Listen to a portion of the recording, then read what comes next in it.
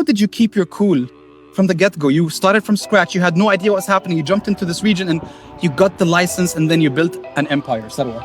Walk us through the process. I would say... Welcome to Cold Takes by Better, where we interview top entrepreneurs and see how they literally keep their cool under pressure. Okay. 3, 2, 1. Boom! Boom! What's up, Walid? Yo! How are you doing? Good to see you, man. Nice after idea. Some time. Thank you. Obviously, Mark from Sarwa. Doesn't need an introduction.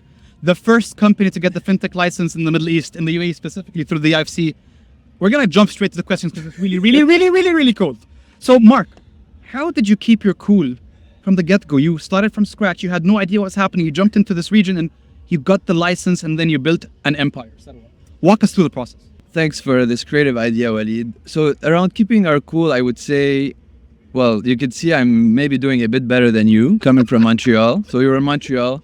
Jad and I, my co-founder, and Nadine that was here. So I think being well-surrounded helped a lot to keep cool, to share a lot of the load and the challenge of entrepreneurship. So I think being well-surrounded goes a very, very long way. And in fact, for mental health-wise, it became a lot easier, a lot better, because we were more people. We hired a lot of people that were like a lot of ownership. So it doesn't feel like this one person carrying its weight. Sometimes I don't relate as much to this analogy because of how well the team is able to step up and take on each of their own verticals, departments, etc. I love that. So basically, autonomy and remote work for you wasn't just a thing because of COVID. You guys just believed in remote work. A lot of your team members are remote. I want to jump into one more thing while I'm really freezing my ass.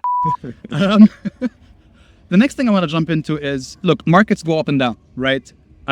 Investors in Sarwa have managed to keep, well, the ones who didn't listen to the movement of markets up and down, ones who kept their cool, are the ones who made it in the end. I want to see what kind of rituals you do to keep your cool. So what are the top few rituals that you take, mentally speaking, to ensure that you as cool as possible? Yeah, I want to unpack a bit because you mentioned remote, and I think in investing, a key moment for us in terms of that tested us and our resilience was COVID, right? The market went down almost 30%.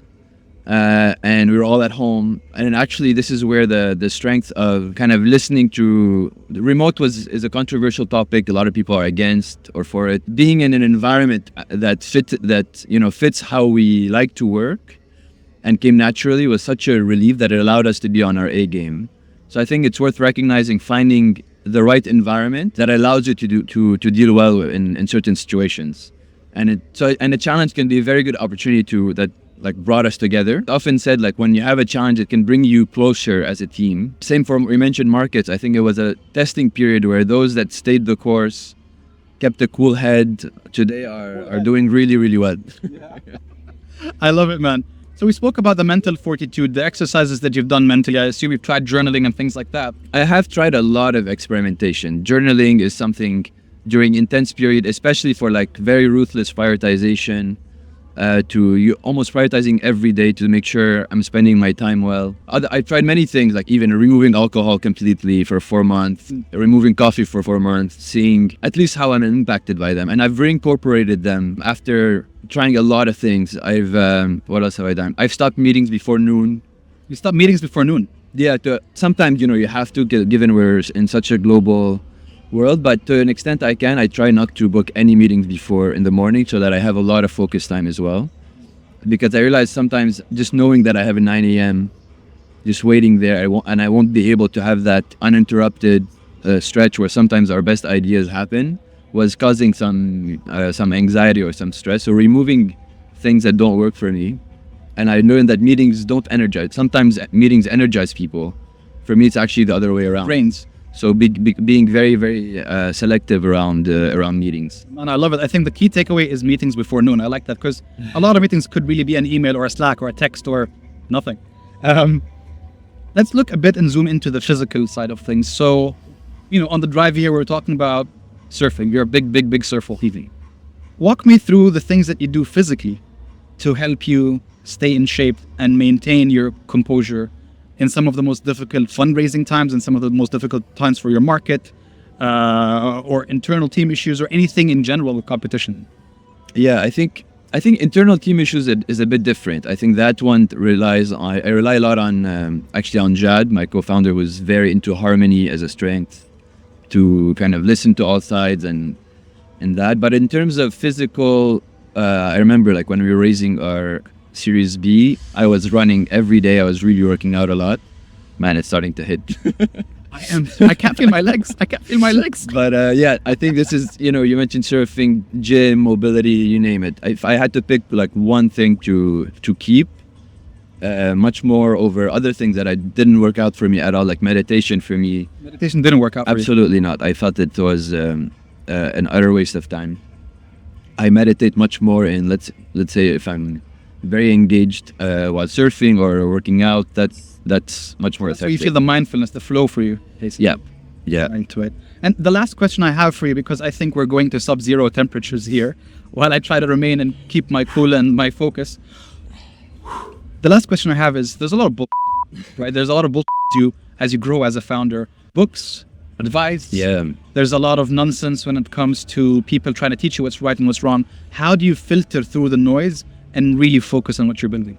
There's a really good video by Naval, who's very known in the tech community, Naval Ravikant, and Kapil, around prescriptions. And I think it calls out how we became almost addicted to prescriptions of how-tos.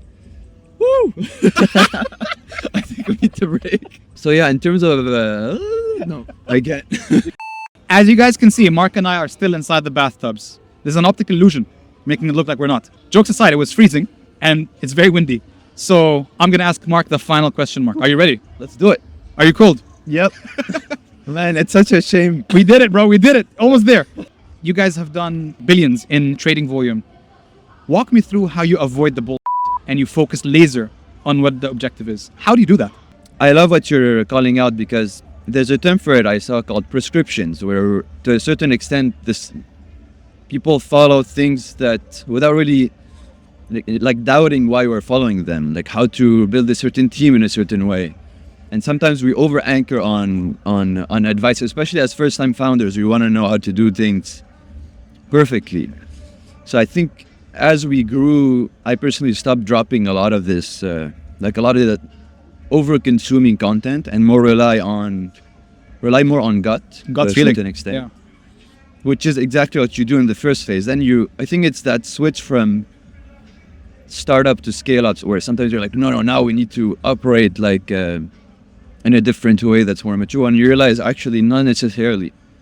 What got you here, there are a lot of things that you should keep. Man, I'm freezing. Look, I'll be honest with you, Mark. While freezing, you've still given us an amazing answer. I can relate and exactly understand what you mean. I think our listeners are freezing as well. Thank you so much for this. This was wonderful. It's difficult not to cuss when you're freezing. And I look forward to doing part 2 of this soon. Same here. Thanks, Walid. Man, this was good. Yeah?